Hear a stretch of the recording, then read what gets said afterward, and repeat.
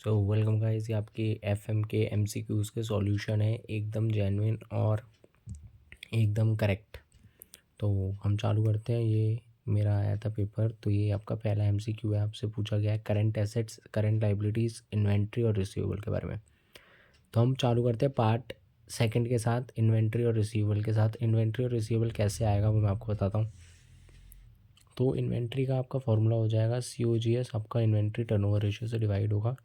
तो आपका आप देख सकते हो इन्वेंट्री आपका दे रखा है, टर्नओवर रेशियो आपका 6 टाइम्स दे रखा है, और आपका COGS आ जाएगा 150 का 80%। यहाँ पे मैंने निकाल के दिखाया 150 का 80%, तो 120 लैक्स। 120 लैक्स को आप 6 से डिवाइड करोगे, 20 लैक्स का आ जाएगा आपका इन्वेंट्री। सेम वे में आप रिसीवेबल निकालोगे। रिसीवेबल का कैसे आएगा, क्रेडिट सेल्स को आप डिवाइड करोगे 12 मंथ्स, ये 12 महीने की क्रेडिट सेल्स है, इंटू कर दोगे आप ACP से, एवरेज कलेक्शन पीरियड से। तो 120 बाय 12 मंथ्स इंटू 2 मंथ्स, तो आपका क्या आ जाएगा 20 लैक्स का क्या आ जाएगा आपका रिसीवेबल। क्रेडिट सेल आ जाएगी आपकी, जो भी सेल्स थी इंटू क्रेडिट में जो करी आपकी 80%, तो आपकी आ जाएगी 120 लैक्स। ठीक है, तो इसका ऑप्शन क्या हो जाएगा सेकंड वाले का, B, 20 एंड 20 लैक्स। ठीक है, अब आ जाते हैं हम पहले वाले पे, current assets and current liabilities कैसे आएगा। ठीक है, current assets and current liabilities के लिए आपका सिंपल है। ठीक है, current assets and current liabilities के लिए आपका सिंपल है। आपने करंट रेशियो का फॉर्मूला डाला, current assets upon current liabilities, आपका 1.5 CL is equal to CA हो गया। ठीक है, अब आपको क्विक एसेट का फॉर्मूला डालना है, CA minus inventory upon CL। CA आप ऊपर निकाल के आ चुके हो 1.5 CL, 1.5 CL आपका ये रहा, माइनस अपनी इन्वेंट्री निकाला था 20 लैक्स, ये रहा CL ये रहा। आप इसको सॉल्व करोगे, आपका CL आ जाएगा 40 लैक्स और आपका करंट एसेट्स आ जाएगा 60 लाख। इसकी वजह से आपका क्या हो जाएगा, ऑप्शन C आपका बिल्कुल करेक्ट हो जाएगा यहाँ पे। अब हम आ जाते हैं MCQ थर्ड पे। ठीक है, यहाँ पे आपसे पूछा है कि भाई आपको वर्किंग कैपिटल रिक्वायरमेंट बताना है। ठीक है, कंपनी के लिए। सो सिंपल है भाई, आपका कैसे आएगा, करंट एसेट्स आपका 1 करोड़ दिया हुआ है। ठीक है, 1 करोड़ आपका करंट एसेट्स दिया हुआ है, 50 लाख आपका करंट लाइबिलिटीज़ दिया है, और 20% वो क्या कह रहा है, प्रोविजन फॉर कंटिजेंसीज।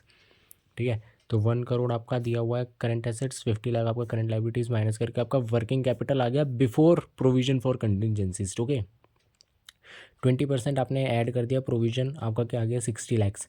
ठीक है, इसका ऑल्टरनेट आंसर ये भी हो सकता था कि 50 लाख को ना आप डिवाइड करते 80% से, क्योंकि 80% को वो रिप्रेजेंट कर रहा है, तो 62,50,000 आता। लेकिन ये आंसर गिवन ही नहीं है क्वेश्चन में। अगर ये गिवन होता तो ये आंसर होता, लेकिन अब आंसर गिवन नहीं है, तो आप इसमें 20% ऐड करके 60 लाख का आंसर टिक करके आएंगे। ये आपका करेक्ट ऑप्शन हो जाता है A। ठीक है, बहुत बड़ा डाउट था कि भाई आपका EBIT और EPS वाले क्वेश्चन के ऊपर, तो EBIT और EPS वाले क्वेश्चन को मैं बिल्कुल सिंप्लीफाई करके भाई बहुत बढ़िया तरीके से लेके आया हूँ आपके सामने, बिल्कुल सॉल्व करके। तो आपके ऑप्शन देख सकते हो, ये करेक्ट ऑप्शन है, एंड मैं आपको दिखाता हूँ ये ऑप्शन आए कैसे। ठीक है, let's go to the next page. ठीक है, सिंपल आपके, मैं आपको बिल्कुल एनालिसिस बता देता हूँ क्वेश्चन क्या कह रहा था। आपको 100 लैक्स की ज़रूरत थी। ठीक है, 100 लैक्स आपको फंड रिक्वायर्ड थे। आपका प्लान 1 कह रहा था कि 30% इक्विटी है, 70% आपका क्या था, 13% डेट। ठीक है, दूसरा प्लान आपका कह रहा था 100 लाख रिक्वायर्ड है, जिसमें 10% आपका इक्विटी 10 लाख हो गया, 50% आपका डेट था 50 लाख हो गया, और 40% आपका प्रेफरेंस शेयर्स थे, प्रेफरेंस शेयर कैपिटल, तो आपका क्या हो गया 40 लैक्स। ठीक है, इंटरेस्ट जो आएगा ना प्लान 1 के अंदर, वो कैसे आएगा, एग्जिस्टिंग का 30 लाख पे 15% आपका जो चल रहा था, वो न्यू में आपका 70 लैक्स पे 13% वो, तो 13.6 लाख आपका क्या आ जाएगा इंटरेस्ट। ठीक है, इंटरेस्ट प्लान सेकंड के अंदर कैसे आएगा, 11 लाख आपका ये वाला इंटरेस्ट आ गया। ठीक है, 4.5 आपका एग्जिस्टिंग वाला वही आ गया, और 50 लैक्स पे आपका 13% 11 लैक्स आ गया। ठीक है, अब आपको मैं बताता हूँ शेयर्स निकालने। ठीक है, आप सिंप्लीफाई करके चलते, क्वेश्चन को ईजिली हो जाता। पहले आप इंटरेस्ट निकालते, शेयर्स निकालते, ईजिली क्वेश्चन हो जाता। ठीक है, प्लान 1 आपका आ गया, 30 लैक्स आपको रिक्वायर्ड है। 25 मेन बच्चे गलती इसमें करके गए हैं कि वो 15 को ले गए हैं क्या, इशू प्राइस। नहीं भाई, 15 आपका सिक्योरिटीज़ प्रीमियम है और 10 आपका फेस वैल्यू है, तो 25 आपकी क्या आ जाती है, इशू प्राइस। तो 30 लाख को 25 से डिवाइड करा, 1.2 लाख शेयर्स आपके एडिशनल इशू होने वाले हैं। ठीक है, 10 लाख को आपने डिवाइड करा 25 से, तो आपका हो जाएगा 0.4 लाख आपके नए शेयर्स इशू होने वाले। टोटल शेयर आपके कितने आ जाएंगे, 11.2 लाख शेयर्स, और टोटल इसमें प्लान 2 के अंदर कितने आ जाएंगे आपके 10.4 लाख शेयर्स। ठीक है, अब बात कर लेते हैं आपका ऑप्शन, पहला क्वेश्चन पहला क्या कह रहा है।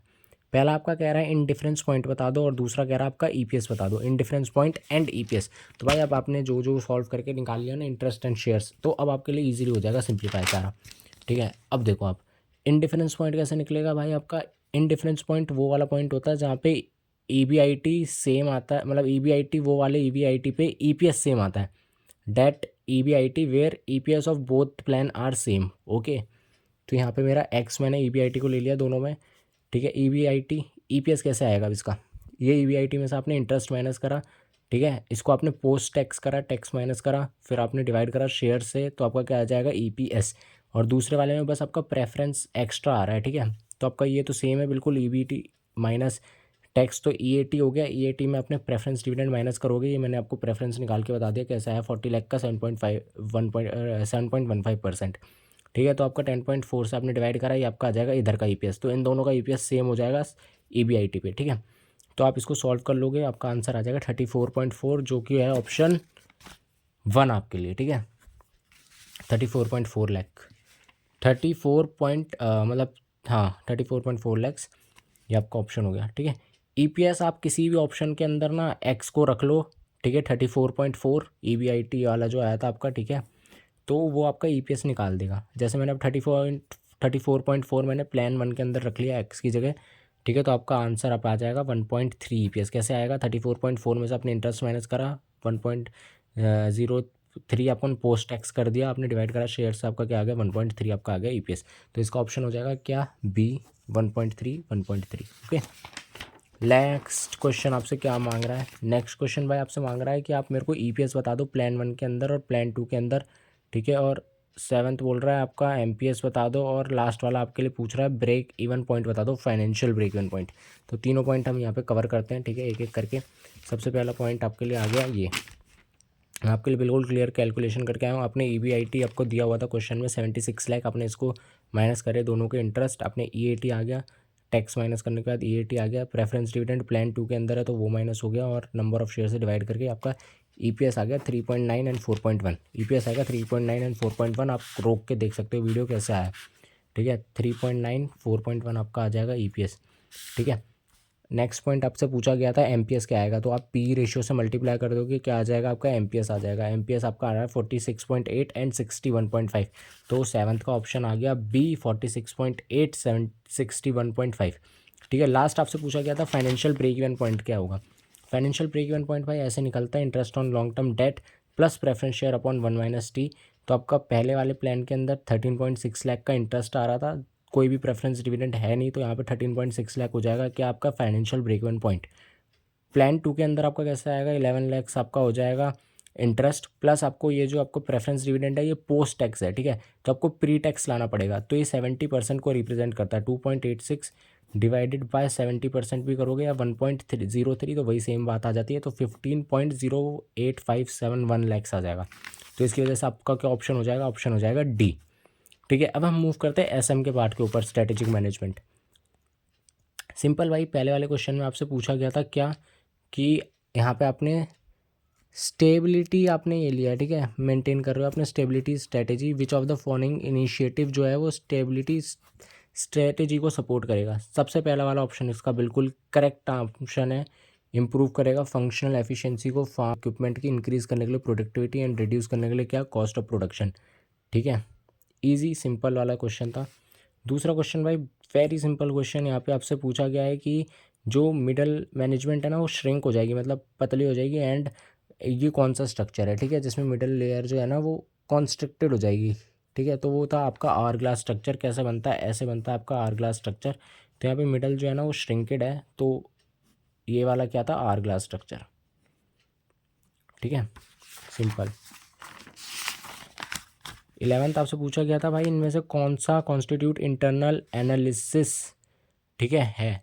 तो भाई यहाँ पे आप एलिमिनेशन मेथड लगा लेते जो मैंने लगाया था, तो सिंपल कॉम्पिटिटर एनालिसिस नहीं है, मार्केट एनालिसिस नहीं है, सिनेरियो एनालिसिस नहीं है, तो ऑप्शन क्या होने वाला है?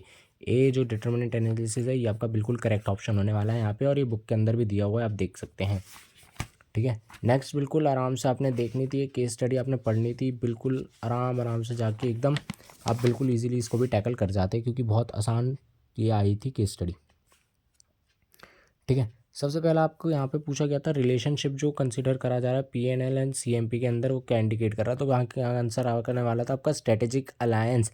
स्ट्रेटेजिक अलायंस के लिए सिंपल यहाँ पे आपके लिए एक ही वर्ड आप पे ध्यान रखना था कि दोनों इंडिपेंडेंट हैं, दोनों इंडिपेंडेंट अपने को क्या कर रहे हैं, रिप्रेजेंट कर रहे हैं। इसमें कोई भी आपकी वो नहीं हुई कि आपकी जो भी आइडेंटिटी थी वो मिक्स हो गई या फिर आपने मर्जर वर्जर हो गया। यहाँ पे सिंपल था कि दोनों इंडिपेंडेंट है और कोई स्पेशल टास्क के लिए एक साथ आ रहे हैं, ठीक है, तो वो हो गया स्ट्रेटेजिक अलायंस। ठीक है, दूसरा आपका हो जाता है एक्टिविटी जो भी थी वो थी एनलाइटेंड मार्केटिंग। एनलाइटेंड मार्केटिंग को आपने सिंपल पकड़ना था लॉन्ग टर्म के लिए, ठीक है, लॉन्ग टर्म की बात हो गई थी तो वो क्या हो जाता एनलाइटेंड मार्केटिंग, सिंपल बात। ठीक है, नेक्स्ट मूव करते हैं हम सिंपल थर्ड। ठीक है, प्राइवेट एयरवेज का आपको पूछा गया था प्रोडक्ट लाइफ साइकिल क्या चल रहा है। प्राइवेट एयरवेज का अगर आप यहाँ पढ़ते तो यहाँ पे सिंपल आपको दिख रहा है there is a sharp decline in business through airways. ठीक है, sales and profits have been declined steeply. ठीक है, तो यहाँ पे सिंपल आपको पता चल रहा है कि आप डिक्लाइनिंग स्टेज पे आ चुके हो, आपके डिक्लाइन में जा रहा है, ठीक है, धंधा। सो ये आपका था डिक्लाइन। ठीक है, टूल जो आइडेंटिफाई करता है स्टॉक एंड वीकेस्ट कॉम्पिटिटर आपका कौन सा था, बिल्कुल आराम से भाई आप ये बिना पढ़े हुई केस स्टडी आप इजीली बता देते, स्ट्रेटेजिक ग्रुप मैपिंग। ठीक है, पोर्टफोलियो एनालिसिस होता ही नहीं क्योंकि पोर्टफोलियो एनालिसिस आपके वो बताता है कि आपके कितने प्रोडक्ट हैं, आप कितने धंधों में हैं, तो आपको पोर्टफोलियो बताता है। स्ट्रेटेजिक सर्वेलेंस भी नहीं था, ना ये स्ट्रेटेजिक ऑडिट था, ये सिंपल स्ट्रेटेजिक ग्रुप मैपिंग था जिसमें आप मैपिंग करके पता लगाते हो कौन सा आपके वीकेस्ट कॉम्पिटिटर है और कौन सा आपके स्ट्रॉन्गेस्ट। ठीक है, स्ट्रैटेजी जो पीएनएल फॉलो कर रहा है, सिंपल भाई यहाँ पे आपका आने वाला था blend of proactive and reactive strategy. अगर आप केस स्टडी अच्छे से पढ़ते तो प्रोएक्टिव एंड रिएक्टिव स्ट्रैटेजी का ब्लेंड हो रहा था, ना ये रिएक्टिव स्ट्रैटेजी थी ना ये प्रोएक्टिव थी, ये ब्लेंड थी किसकी, प्रोएक्टिव एंड रिएक्टिव स्ट्रैटेजी की। होप भाई आपको ये वीडियो बिल्कुल पसंद आया होगा और ये जेन्युइन आंसर है एंड बिल्कुल 110% करेक्ट आंसर है। ठीक है, ऐसे ही आप मेरे को अगले वीडियो के लिए बिल्कुल लाइक एंड सब्सक्राइब करो चैनल को। एंड मैं आपको अगला लाने वाला हूँ कॉस्टिंग का, तो कॉस्टिंग की भी एमसीक्यूज़ बिल्कुल 110% ठीक होने वाले हैं एंड अकाउंट्स के भी फिर उसके बाद, तो ऐसे ही सारे सब्जेक्ट्स के आने वाले हैं। So make sure you will like the video.